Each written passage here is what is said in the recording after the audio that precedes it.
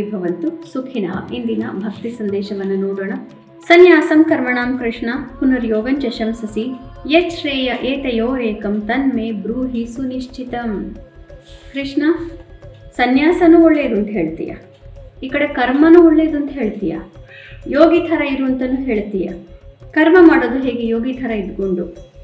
ಭಗವಂತ ಹೇಳಿದ್ದಾನೆ ಆಗಲೇ, ಫಲಾಪೇಕ್ಷೆಯನ್ನು ಬಿಟ್ಟು ಯಜ್ಞದ ರೀತಿಯಲ್ಲಿ ಕರ್ಮ ಮಾಡು ಅಂತ. ಆದರೂ ಕೂಡ ಇವಾಗ ಸನ್ಯಾಸನೂ ಹೇಳ್ತೀಯ, ಈ ಕಡೆ ಯೋಗ ಅಂತಲೂ ಹೇಳ್ತೀಯ, ಈ ಕಡೆ ಕರ್ಮ ಮಾಡು, ಹೋಗು, ಯುದ್ಧ ಮಾಡು ಅಂತಲೂ ಹೇಳ್ತೀಯ.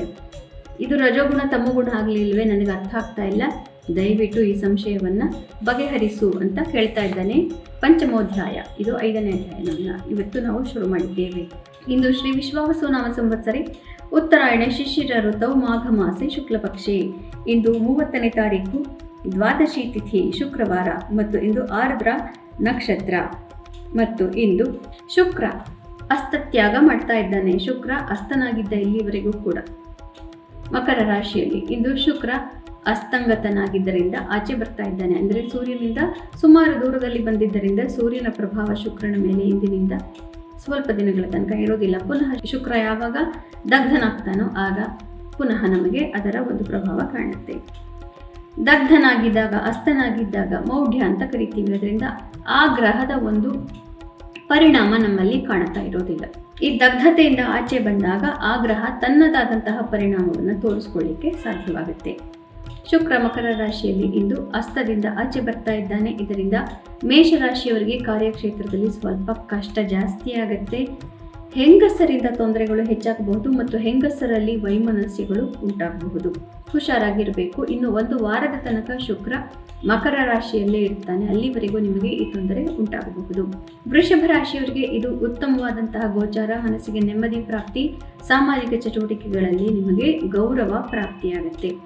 ಮಿಥುನ ರಾಶಿಯವರಿಗೂ ಕೂಡ ಮನಸ್ಸಿಗೆ ನೆಮ್ಮದಿ, 1 ವಾರದ ತನಕ ಒಳ್ಳೆಯ ಪರಿಣಾಮಗಳನ್ನು ನೀವು ನೋಡ್ತೀರಿ. ಅದಾದ ಮೇಲೂ ಕೂಡ ಶುಕ್ರನ ಗೋಚಾರ ನಿಮಗೆ ಅನುಕೂಲಕರವಾಗಿಯೇ ಇದೆ. ಆದ್ದರಿಂದ ಮಿತ್ರತ್ವಗಳಲ್ಲಿ ಒಳ್ಳೆಯ ಪುನರ್ಮಿಲನ, ಬಂಧನ ಇದೆ, ಪುನರ್ಬಂಧನ ಇದೆಲ್ಲದನ್ನು ನೋಡ್ಬೋದು. ಗೆಟಿಂಗ್ ಬ್ಯಾಕ್ ಟುಗೆದರ್ ಆ ಥರದ್ದು ನೀವು ಈಗ ನೋಡಬಹುದು. ಕರ್ಕ ರಾಶಿಯವರಿಗೆ ಶುಕ್ರ ಅಸ್ತನಾಗಿರೋದ್ರಿಂದ ಸ್ವಲ್ಪ ನಿಮ್ಮ ಪಾರ್ಟ್ನರ್ಶಿಪ್ ಪ್ರಾಬ್ಲಮ್ಗಳಲ್ಲಿ, ದಾಂಪತ್ಯದಲ್ಲಿ, ಮಿತ್ರತ್ವಗಳಲ್ಲಿದ್ದಂತಹ ತೊಂದರೆಗಳು ಸ್ವಲ್ಪ ಇಳಿಮುಖವಾಗಿತ್ತು. ಆದರೆ ಈಗ 1 ವಾರದ ತನಕ ಸ್ವಲ್ಪ ತೊಂದರೆಗಳು ಹೆಚ್ಚೇ ಆಗುತ್ತೆ. 1 ವಾರದ ನಂತರ ಸಮಸ್ಯೆಗಳಿಗೆ ಸ್ವಲ್ಪ ಪರಿಹಾರ ಪ್ರಾಪ್ತಿಯಾಗುತ್ತೆ. ಸಿಂಹರಾಶಿಯವರಿಗೆ ಶುಕ್ರ ಅಸ್ತನಾಗಿದ್ದಾಗ ಸ್ವಲ್ಪ ಶತ್ರುಬಾಧೆ ಕಮ್ಮಿ ಆಗಿತ್ತು. ಈಗ ಶತ್ರುಬಾಧೆ ತುಂಬ ಹೆಚ್ಚಾದಂತೆ ಮನಸ್ಸಿಗೆ ಭಾಸವಾಗುತ್ತೆ. ಮುಂದಿನ ವಾರ ಶುಕ್ರ ಪುನಃ ಕುಂಭರಾಶಿಯನ್ನು ಪ್ರವೇಶ ಮಾಡಿದಾಗಲೂ ಕೂಡ ನಿಮಗೆ ತೊಂದರೆಗಳು ಹೆಚ್ಚಾಗುತ್ತೆ. ಕನ್ಯಾ ರಾಶಿಯವರಿಗೆ ಇದು ಉತ್ತಮವಾದಂತಹ ಗೋಚಾರ. ಮನಸ್ಸಿಗೆ ನೆಮ್ಮದಿ ಪ್ರಾಪ್ತಿ, ಬೇರೆಯವರಿಂದ ನಿಮಗೆ ಸುಖ ಸಂತೋಷಗಳು ಪ್ರಾಪ್ತಿಯಾಗುತ್ತೆ. ಮಕ್ಕಳೊಡನೆ ಬಹಳನೇ ಸಾಮರಸ್ಯದಿಂದ ನೀವು ಮಾತನಾಡಬಹುದು. ತುಲಾ ರಾಶಿಯವರಿಗೂ ಇದು ಉತ್ತಮವಾದಂತಹ ಗೋಚಾರ. ಮನೆಯಲ್ಲಿ ಮನಸ್ಸಿನಲ್ಲಿ ಸ್ವಲ್ಪ ನೆಮ್ಮದಿ, ತಾಯಿಯೊಡನೆ ಸುಖವಾದಂತಹ ಕ್ಷಣಗಳನ್ನು ನೀವು ಕಳೆಯಬಹುದು. ತಾಯಿಯ ಆರೋಗ್ಯದಲ್ಲಿ ನಿಮಗೂ ಸುಧಾರಣೆ ಕಾಣೋದ್ರಿಂದ ಮನಸ್ಸಿಗೆ ನೆಮ್ಮದಿ ಪ್ರಾಪ್ತಿ. ವೃಶ್ಚಿಕ ರಾಶಿಯವರಿಗೆ ಇದು ಅತ್ಯುತ್ತಮವಾದಂತಹ ಬದಲಾವಣೆ ಆಗುತ್ತೆ. ನಿಮ್ಮ ಯಾರು ಮಾಧ್ಯಮಗಳಲ್ಲಿದ್ದೀರಿ, ಸೋಷಿಯಲ್ ಮೀಡಿಯಾ ಇರ್ಬೋದು ಅಥವಾ ಬೇರೆದೇ ಇರ್ಬೋದು, ಮಾಧ್ಯಮಗಳಲ್ಲಿರೋರಿಗೆ ಅತ್ಯುತ್ತಮವಾದಂತಹ ಪ್ರಗತಿ ಪ್ರಾಪ್ತಿ. ಧನುರಾಶಿಯವರಿಗೆ ಉತ್ತಮವಾದಂತಹ ಗೋಚಾರ. ಇದು ಮನಸ್ಸಿಗೆ ನೆಮ್ಮದಿ ಪ್ರಾಪ್ತಿ, ಸಂಸಾರದ ತಾಪತ್ರಯಗಳಿಂದ ಸ್ವಲ್ಪ ನಿಮಗೆ ರಿಲೀಫ್ ಪ್ರಾಪ್ತಿಯಾಗುತ್ತೆ. ಮನೆಯಲ್ಲಿ ಸುಖಕರವಾದಂತಹ ವಾತಾವರಣವನ್ನು ನೋಡ್ತೀರಿ. ಮಕರ ರಾಶಿಯವರಿಗೆ ಉತ್ತಮವಾದಂತಹ ಗೋಚಾರ. ಮನಸ್ಸಿಗೆ ನೆಮ್ಮದಿ ಪ್ರಾಪ್ತಿ, ಶತ್ರುಗಳು ಹಿಮ್ಮೆಟ್ತಾರೆ, ಸ್ವಲ್ಪ ವಿಜಯವನ್ನು ನೀವು ನಿಜವಾಗಲೂ ನೋಡಬಹುದು. ಕುಂಭರಾಶಿಯವರಿಗೆ ಸ್ವಲ್ಪ ಕಷ್ಟಕರವಾದಂತಹ ಗೋಚಾರ. ಮುಖ್ಯವಾದಂತಹ ಚಟುವಟಿಕೆ ಮತ್ತು ವಿಷಯಗಳಲ್ಲಿ ಮುಖ್ಯ ನಿರ್ಧಾರಗಳು ಈಗ ಬೇಡ. ಯಾರು ನಿಮ್ಮ ಪರವಾಗಿ ಇರೋದಿಲ್ಲ, ಆದರೆ ಗುರುಬಲ ಇರುವುದರಿಂದ ಏನು ತೊಂದರೆ ಹೆಚ್ಚು ನಿಮಗೆ ಆಗೋದಿಲ್ಲ. ಮೀನರಾಶಿಯವರಿಗೆ ಇದು ಉತ್ತಮವಾದಂತಹ ಗೋಚಾರ. ಇಷ್ಟಾರ್ಥ ಸಿದ್ಧಿ, ಗುಂಪುಗಳಿಂದ ಮನಸ್ಸಿಗೆ ನೆಮ್ಮದಿ ಪ್ರಾಪ್ತಿ, ಮಿತ್ರರೊಡನೆ ನೀವು ಅನೇಕ ಒಳ್ಳೆಯ ರೀತಿಯಲ್ಲಿ ಮಾತನಾಡಿಕೊಂಡು ಬಹಳ ಸಂತೋಷವನ್ನು ನೀವು ಖಂಡಿತವಾಗ್ಲೂ ಕಾಣಬಹುದು.